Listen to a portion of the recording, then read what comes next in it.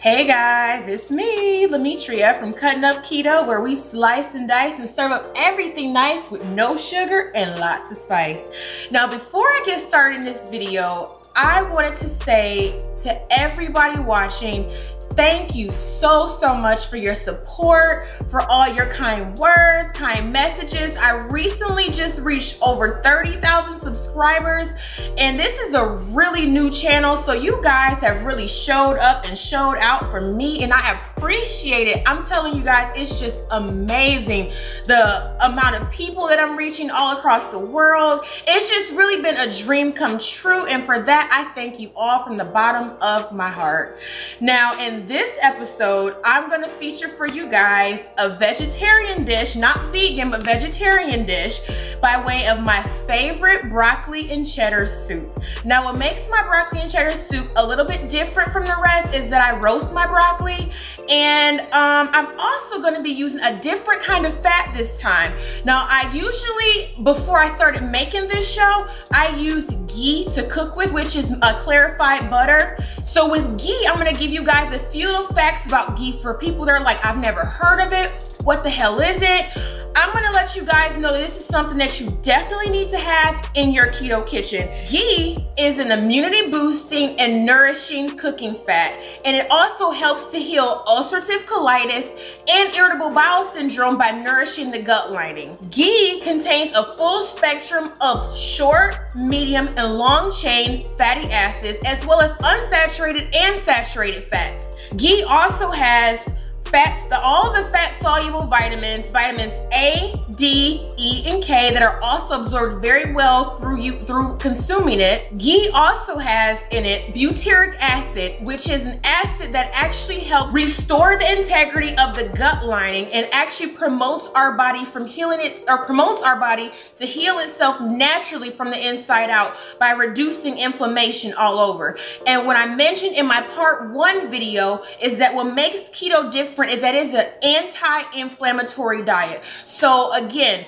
people always get a little bit worked up when they first hear about keto, that it contains a lot of fat and a lot of different meats and things like that. But remember, I said that the fats that we consume on keto should be anti-inflammatory fats, which is why I like to use a lot of avocado oil, olive oil, and I also cook with ghee. Now, before I switch my bulletproof coffee to Kerrygold butter, I also used ghee at first. But then I switched to Kerrygold just because I thought that Kerrygold gave it a more frothy consistency. One last fact about ghee. Ghee helps to better manage our cholesterol and encourage better metabolism of fat, as well as clearing the toxic bile out of our body, and helps our liver cleanse itself, and also helps it to produce new bile. So there's lots of interesting things. Like I said, this is something that you're gonna find. It's actually a lot easier to find these days. I'm seeing it now at just my regular average grocery stores like Kroger and Publix. They all have ghee now. I used to could only find it, well, I guess I wasn't really looking, but I found it mostly at first at my local health food markets, but I see now that it's everywhere. Ghee is gonna be found on the shelf with the regular oils. Even though it's a butter, it's shelf stable and it lasts for a really long time. It doesn't even need to be refrigerated at all, and it doesn't get rancid on you. Like I said, this broccoli and cheddar soup is delicious. It comes together really quickly. So we're gonna go ahead and get started with that right now.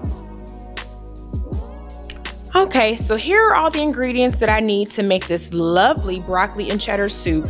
Right here I have some chopped broccoli. This ended up being about 5 to 6 broccoli crowns. I'm gonna post the recipe, of course, in the description box, but for you guys that don't want to make as much as I'm making, you can go ahead and maybe use about 3 or 4 broccoli crowns instead. I have here my granulated garlic, and then I have here some celery flakes, celery seed, onion salt. I usually don't use both. Let me say this. I usually don't use both celery seed and celery flakes, but they both give it such an amazing flavor. So I'm gonna go ahead and use a little bit of both this time. And then I have my Himalayan salt, sea salt, some onion powder, ground black pepper. Then I have two 32-ounce containers of chicken broth. Then I have the heavy whipping cream. I have here some crushed red pepper flakes. I'm just gonna add a few of those for some extra flavor.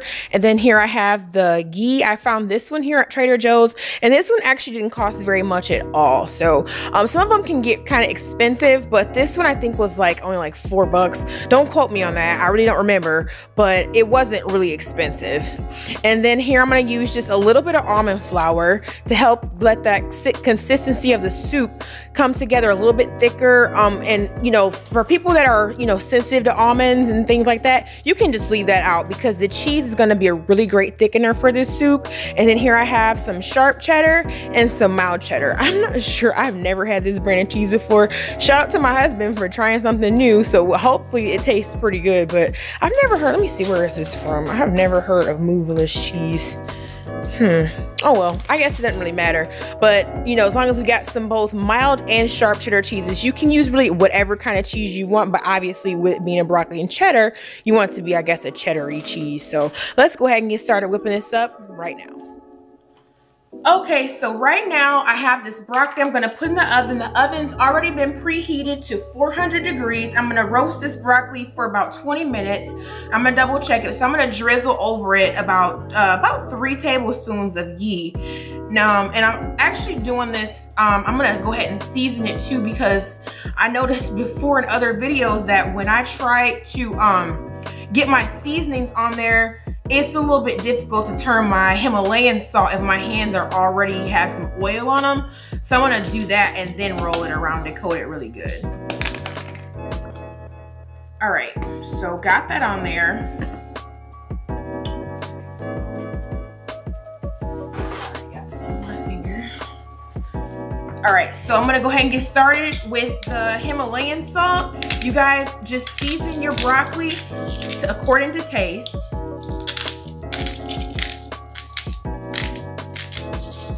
And then I'm gonna add some black pepper to this. You wanna season your broccoli really good because you want it to be really good and flavorful in that soup. I would not advise anybody to roast broccoli and not season it, even if you're gonna season it some more inside the soup. Then I have here some onion powder. And then next I'm gonna add some of the onion salt. This smells delicious already. And to that, I'm going to add some garlic powder. And that's it, guys. I'm gonna go ahead and put this in the oven.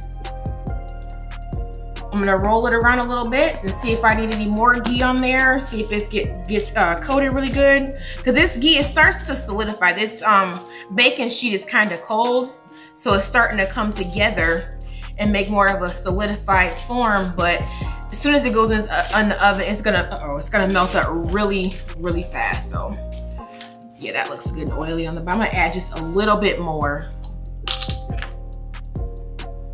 Maybe 1 more tablespoon. So that equals 4 for this.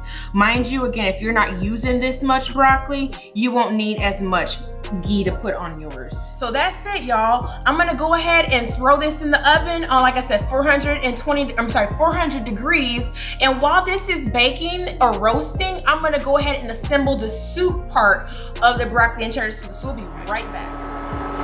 All right, so to this Dutch oven, I have my heat on medium. I'm gonna add some of the ghee to the Dutch oven. And I forgot to tell you guys, I am actually gonna add some onion to this soup too. I don't know why I always forget little stuff like that. Probably because it was chopped and out of sight and out of mind. But I'm gonna put a little bit of onion in there. Not very much, just ends up being about the equivalent of 1/4 of an onion, a yellow onion. And I'm gonna let that cook up, stirring it so it doesn't burn.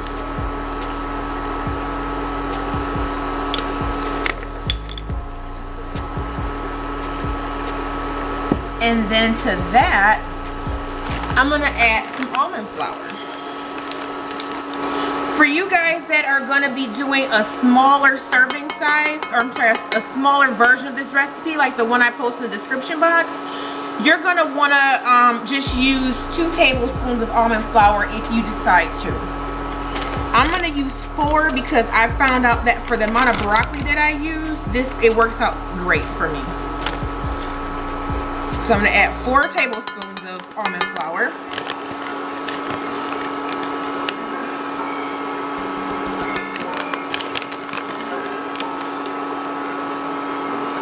And you want to make sure to keep stirring this so that the almond flour doesn't burn, and neither do the onions. You don't have to put onions in yours if you don't want to, if you're really trying to watch your carbs like extremely close.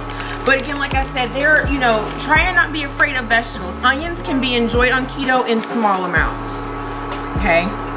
Now see how it comes together a little bit clumpy. When it does that, all we're gonna do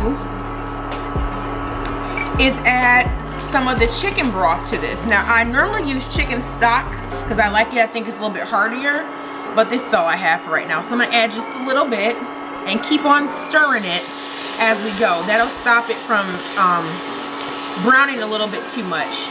So just stir as we go. There we go. Now see how it looks more creamy in texture?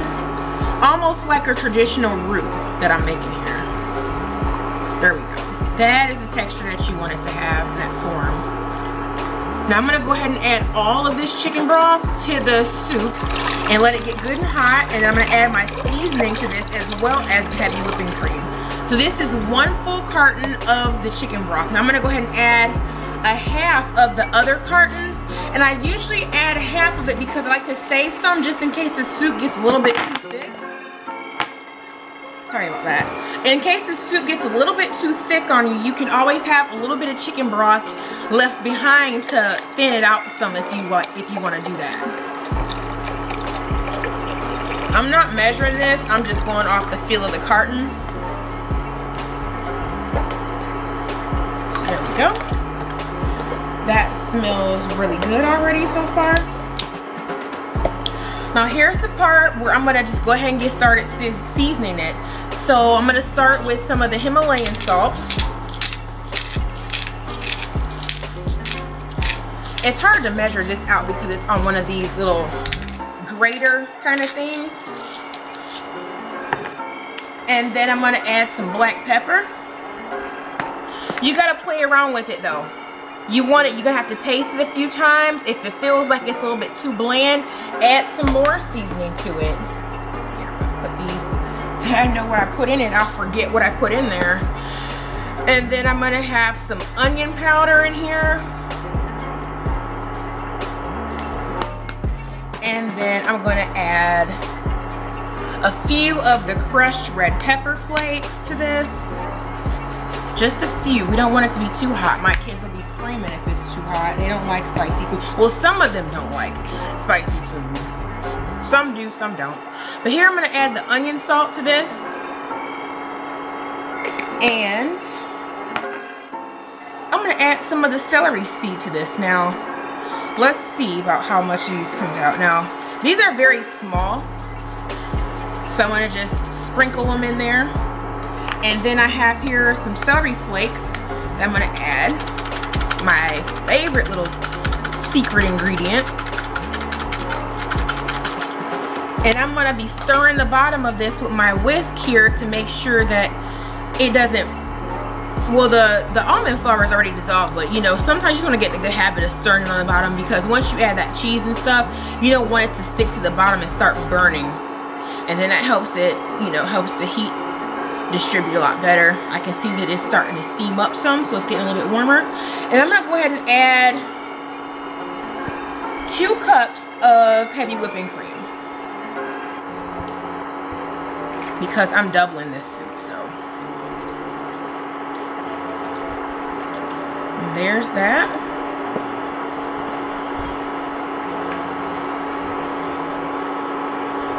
And just keep stirring and stirring. And we're gonna bring this to almost to a boil. And then once it gets there, I'm gonna add the broccoli and let it continue to cook in here. And then I'm gonna use my immersion blender to mash it up. Now, if you don't have an immersion blender, you don't have to have one to make this soup.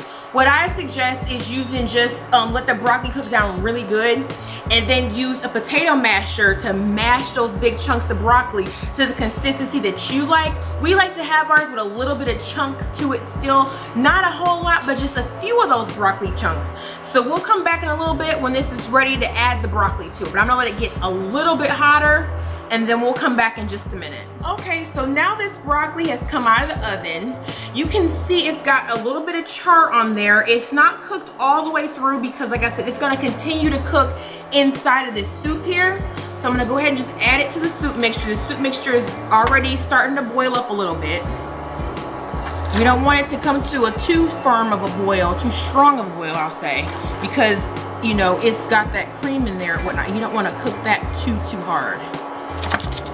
So I'm gonna put these in there, and then we're gonna let that cook down some, and then we're gonna come back when it's cooked down all the way, and then going ahead and break it up with the immersion blender. For you guys that are interested, the immersion blenders are a really neat thing to have. You can also put this in a blender if you want to and break it up, but like I said, a regular blender that is, but I like the immersion blender because it's just really just easy peasy. You can just stick it inside whatever pot you're using and blend it up like that. I'm gonna put a link in the description box to the immersion blender for you guys that are interested in getting one.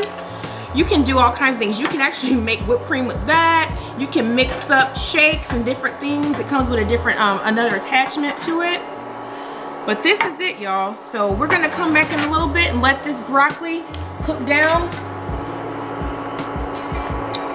And then we'll come back when we're gonna go ahead and mash it up with the blender. Okay, so now this is cooked down for roughly about 15 to 20 minutes. This has been cooking. So I'm gonna go ahead with this immersion blender and go ahead and start to blend it up some. And keep in mind with the immersion blender, I'm gonna blend this in pulsations so that I don't get burned myself. Okay, so let me see here how to do this thing. I always forget. Okay, there we go. I don't want to lift it up while it's blending because that would make it come out and burn me. So you gotta be careful when using this thing with such hot soup. But just keep on going and blend it right up. And I took it off the heat. The cheese is gonna melt down in here because it's so hot already. So you don't even have to have it on the heat while you put the cheese in there. Here, let me get a spoon here and check how well that's blended up. Maybe a little bit more. Yeah, I still got a few big chunks in there. One quick swivel around. I don't want it pulverized. That's why I check it every now and then to check the consistency of it. There we go. I got some chunks in there. So this is good right here. So that's it for the immersion blender. And that just sits up right there like that. And now I'm gonna add 1 whole pack of sharp cheddar cheese to this. This is 2 cups of sharp cheddar, and I'm gonna stir that around. And as you can see, it's gonna melt up really good, and that's where the thickening is gonna come in with it melting, the melting part. I don't know what, let me see here. Part of that broccoli was a little bit dark. I'm like, what the heck is that? But it's broccoli. Okay, and now I'm gonna add 2 cups of the mild cheddar. This pack here is 4 cups, so I'm just gonna add half the pack.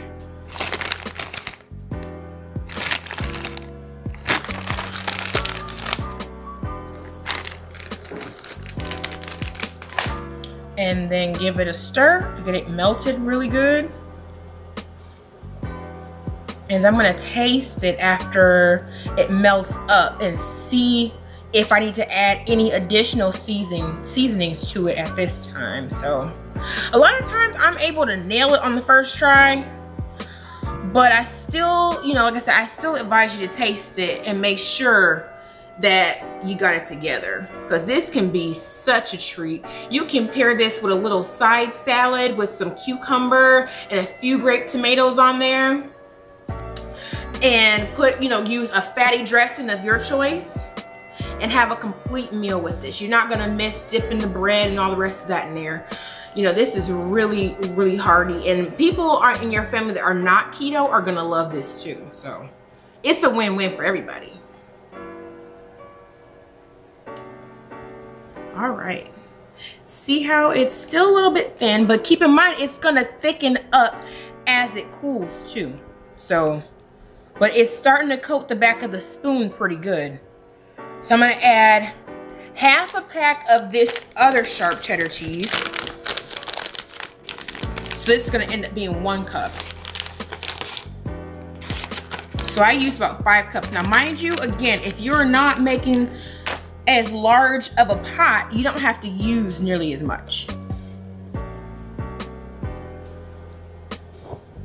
And stir it, stir it, stir it. I'm gonna grab me a little bowl and taste this soup and see if it needs anything extra.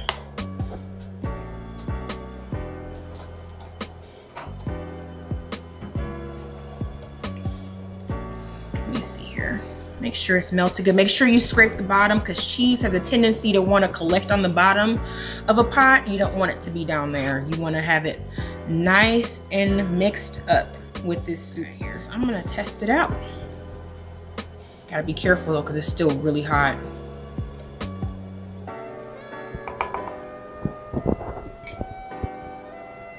Now it may not be as thick as you're used to with a traditional broccoli and cheddar soup, but this is still gonna hit the spot. And like I said, with keto, we gotta be willing to make some concessions for things that, you know, we're not using that all-purpose flour anymore. So let's see how it tastes.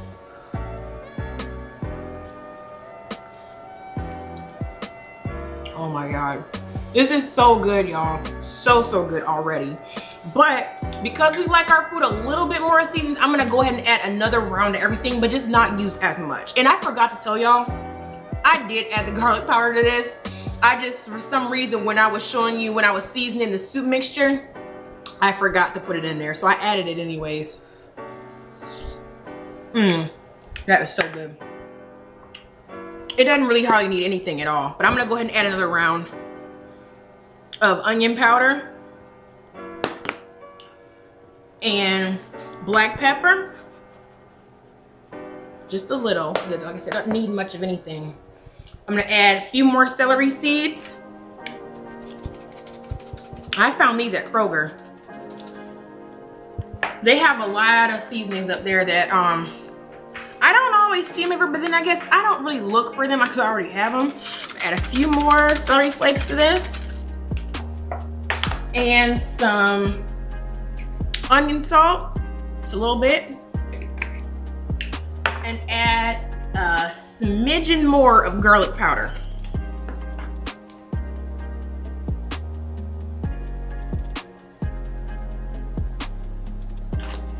And where is my salt? Oh, I think I said it somewhere. 1 second. Okay, here it is. Add just a little bit more Himalayan salt to that. Give it a good stir.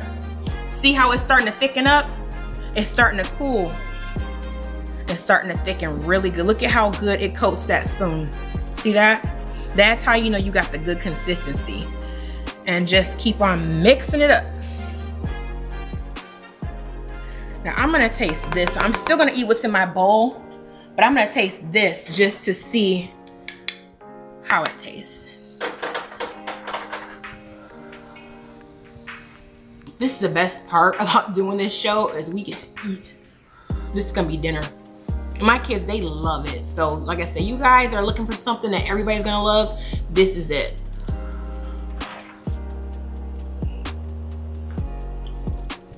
This is absolute perfection right here. I cannot wait for you guys to try this out. I really think you're gonna love it. This is one of those ways that it's easy to have a nice, nice change from eating meat. You know, we eat meat on keto, but every now and then, it's nice to have a nice soup that's vegetable based. That's got those healthy fats in there. So that's it, guys. Don't forget to hit the like button And don't forget to subscribe to the channel. If you are new to the Cutting Up Keto channel, welcome to the channel. I think you guys are gonna love everything that I'm bringing to you so far if you're just now catching up with me. But don't forget to hit the notification bell so that you know the next time I upload an episode of Cutting Up Keto. And also don't forget to share this video with your friends that are looking at, for different ways to go keto. A lot of people are really confused about it. And like I said, that's my whole point, is to show you that it doesn't have to be complicated. Keto can be really simple with the right recipes. So on that note, I'm gonna finish this delicious keto broccoli and cheddar soup, and I will see you in the next video. Bye.